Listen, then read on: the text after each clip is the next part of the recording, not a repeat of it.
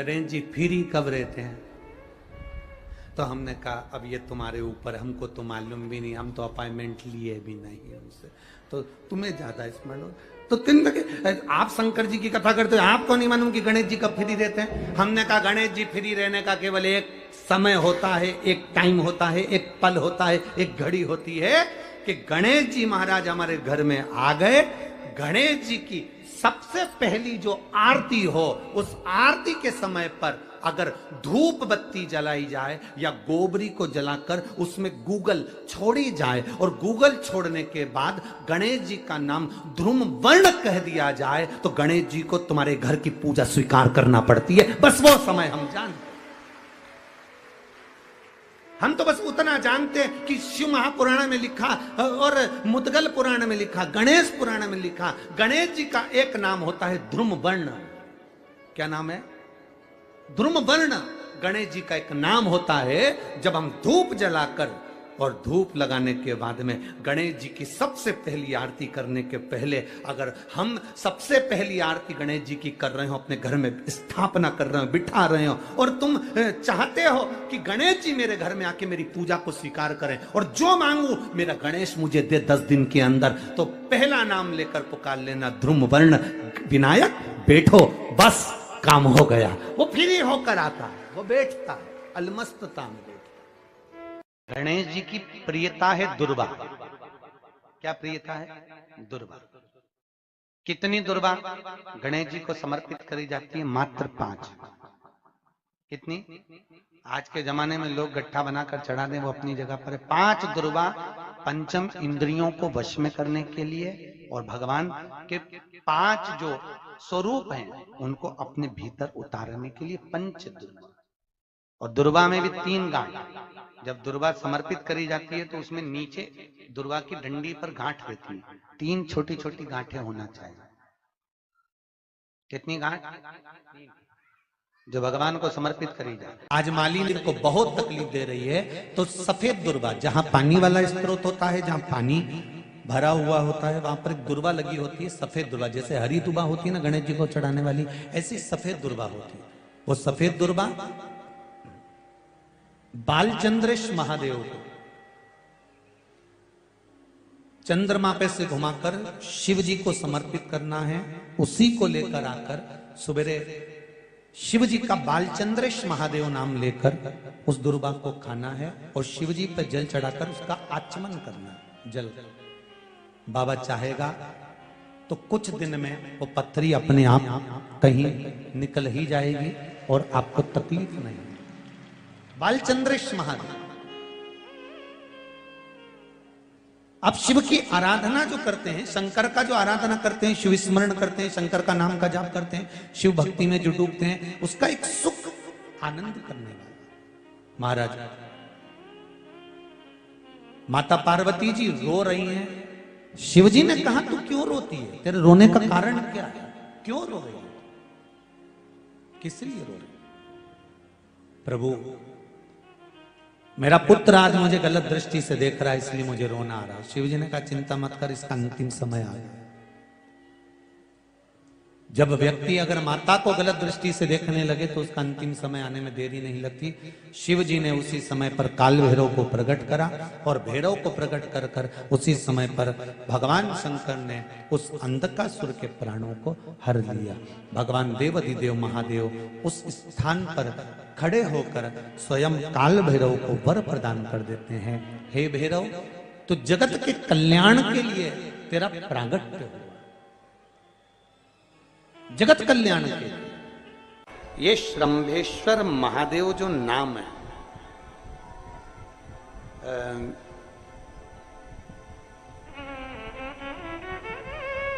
भगवान शंकर ने सारे 33 कोटि देवताओं को अपने अंदर समाहित कर कर ये रूप रखा था श्रंभ पक्षी।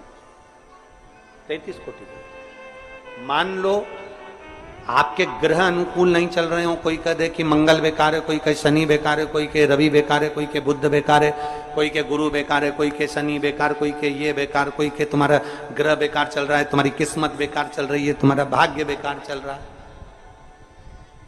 तो पहले तो जो तुमसे कह दे कि तेरा भाग्य बेकार चल रहा है, उसके चरण छू के उसको प्रणाम करके वापिस आ जाओ।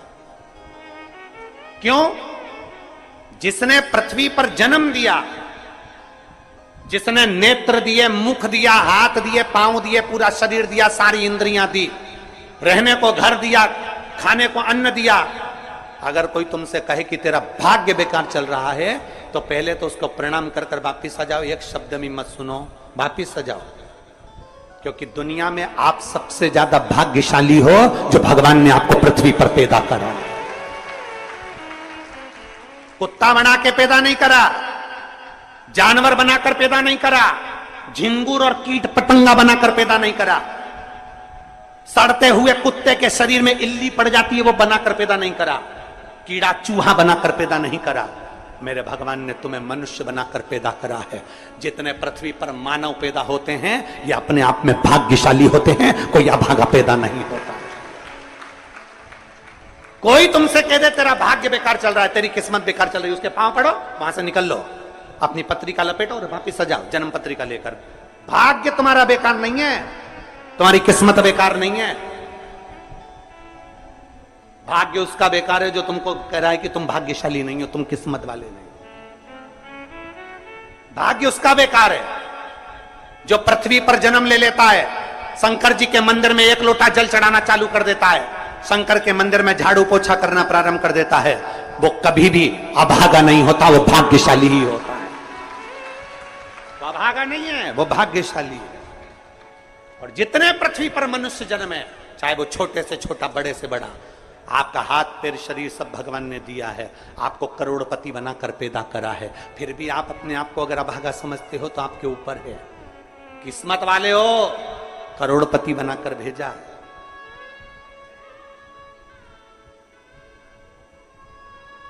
कुत्ता 1000, 10,000, 20,000, 25,000, 50,000 में बिकता है। तुम्हें तो भगवान ने 2-2 किडनी दिए, अभी बेचिए 20-20 लाख में, यूं बिक जाएगी। भगवान ने नेत्र दिए 50-50 लाख में, अभी बिक जाए 5 लाख में। एक एक शरीर भगवान ने कीमत वाला बनाकर भेजा है। किसी डॉक्टर के पास बैठना और पूछना कि कौन से अंग की कितनी कीमत होती है, वो डॉक्टर बता देगा कि तुम्हारे शरीर की क्या कीमत है। और उसके बाद भी कहते हो कि हम अभागे। बताने वाला कह देता कि तुम भाग्यहीन हो, तुम भाग्यशाली नहीं हो, तुम किस्मत वाले नहीं हो। वहां से पत्रिका उठाओ चल दो, कहते मेरे बाबा ने मुझे भाग्यशाली बनाकर भेजा है। और अपने हाथ में वो बल होता है कि आप स्वयं इतनी मेहनत कर कर आगे बढ़ सकते हो कि अपने आप किस्मत वाले बन सकते हो।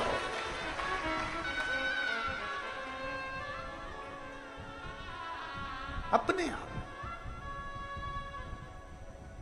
और हम तो बाबा चलते हैं। आप स्वयं भाग्यशाली हैं, आप स्वयं किस्मत वाले हैं। कोई कैसे कहते तुमको कि तुम अभागे हो? ना ना, हमारे बराबर भाग्य नहीं है किसी का।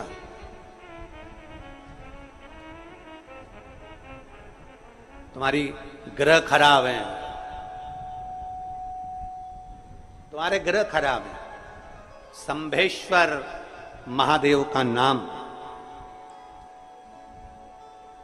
7 कनेर के पुष्प, कितने?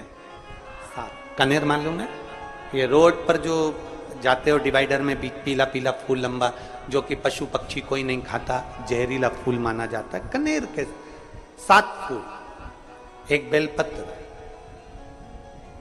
जिस समय पर कनेर का फूल बेलपत्र के साथ चढ़ाया जाएगा तो 7 कनेर के पुष्प सीधी बेलपत्र पर आपको रखना।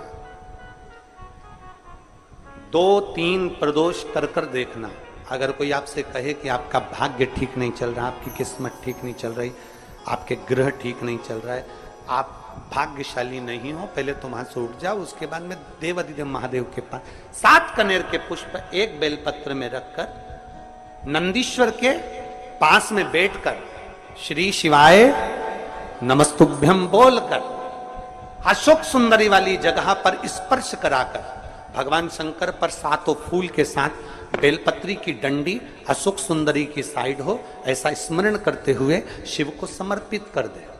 वही बेलपत्री 5 बार नमः शिवाय या पंचाक्षर मंत्र, षडाक्षर मंत्र या श्री शिवाय नमस्तुभ्यम बोलकर वही बेलपत्री 3 प्रदोष, 4 प्रदोष, 5 प्रदोष, 2 प्रदोष, जितने प्रदोष आप चढ़ा रहे हैं प्रदोष काल में, वो बेलपत्री लाकर अपने कक्ष में अपने पूजन वाले स्थान पर रखते जाओ।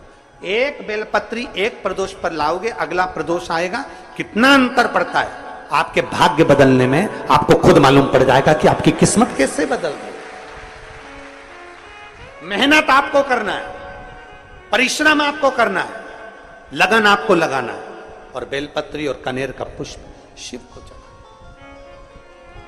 तो जो चतुर्थी का पूजन करने वाली होती है, जो चतुर्थी का नियम व्रत धारण करने वाली होती है, बड़ी बड़ी चतुर्थियां करती हैं या उसका नियम धारण करती हैं, तो चतुर्थी का जो पूजन करती है वो किस चीज के लिए? केवल संतान, पुत्र, परिवार, हमारा कुटुंब, हम जिस कुल में हैं, हमारा कुल वैभव की ओर बढ़े, संपदा की ओर बढ़े और उसकी आयु बढ़े, उसकी आयु बढ़े, वैभव बढ़े। चतुर्थी के दिन 7 गांठ वाली दुर्वा 21 ले लो और चतुर्थी के दिन गणेश जी को समर्पित कर दो। पंचमी तिथि को उस दुर्वा को उठाकर दूध में डाल दो और उस दुर्वा को दूध में डालकर उस दूध में उस दुर्वा को मल लो, और जिसके सफेद चमड़ी पड़ गई हो, चर्म रोग हो गया हो, उस दूध को उस दुर्वा के साथ, दूध नहीं भी हो तो पंचमी के दिन दुर्वा का लेपन शरीर पर कर लें। आधे घंटे तक करने पर पंचमी को प्रदोष काल में स्नान कर लें। महाराज, आपको चर्म रोग में आराम लग जाएगा, सफेद चमड़ी अपने असली रंग में आना प्रारंभ हो जाएगी। आज भी नियम है, जिसके घर में ज्यादा चूहे होते हैं ना, 5 लड्डू चतुर्थी के दिन सोबरी ऋषि के नाम लेकर घर में रख दो। जिंदगी में कभी चूहा नुकसान नहीं करेगा घर में।